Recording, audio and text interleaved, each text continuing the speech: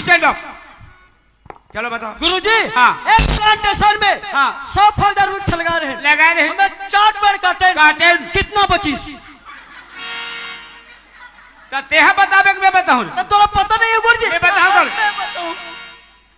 लगभग करीबन ज्यादा नहीं अंदाज में 512। तेरे का सुबह से 512 वाले ये बने बताई का तो बदमाश ला। गुरुजी। हाँ। ये कोई दूसरा पुस्तक ला धर के आए वहां दे फस लिखा है।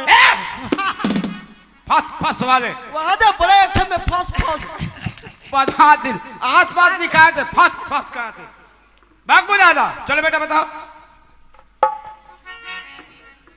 99 25 गुरुजी। भागो किस टाइप के बनाए बेटा? गुरुजी हाँ ते प्रश्न दे रहे कि एक प्लांटेशन में 100 फलदार वृक्ष है। हाँ आम, तेंदू, चार, महुआ, जाम इत्यादि। इत्यादि।